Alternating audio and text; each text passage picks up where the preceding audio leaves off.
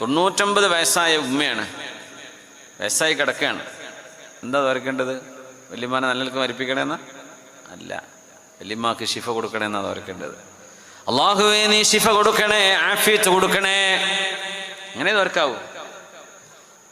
നമ്മളൊരു 80-85 കഴിഞ്ഞാൽ പിന്നെ ദുആ, അതെ തീരെ വയ്യ പ്രായമായിക്കണേ, പിന്നെ എനിക്ക് നടന്നിട്ടൊക്കെ കുറേ കാലമായി, ഇപ്പം കിടപ്പാണ്, നല്ല നിൽക്കേണ്ട പോയി കിട്ടാൻ വേണ്ടി ഈമാൻ കിട്ടി സലാമത്താകാൻ തോരന്നൊക്കെയെന്ന് പറയും.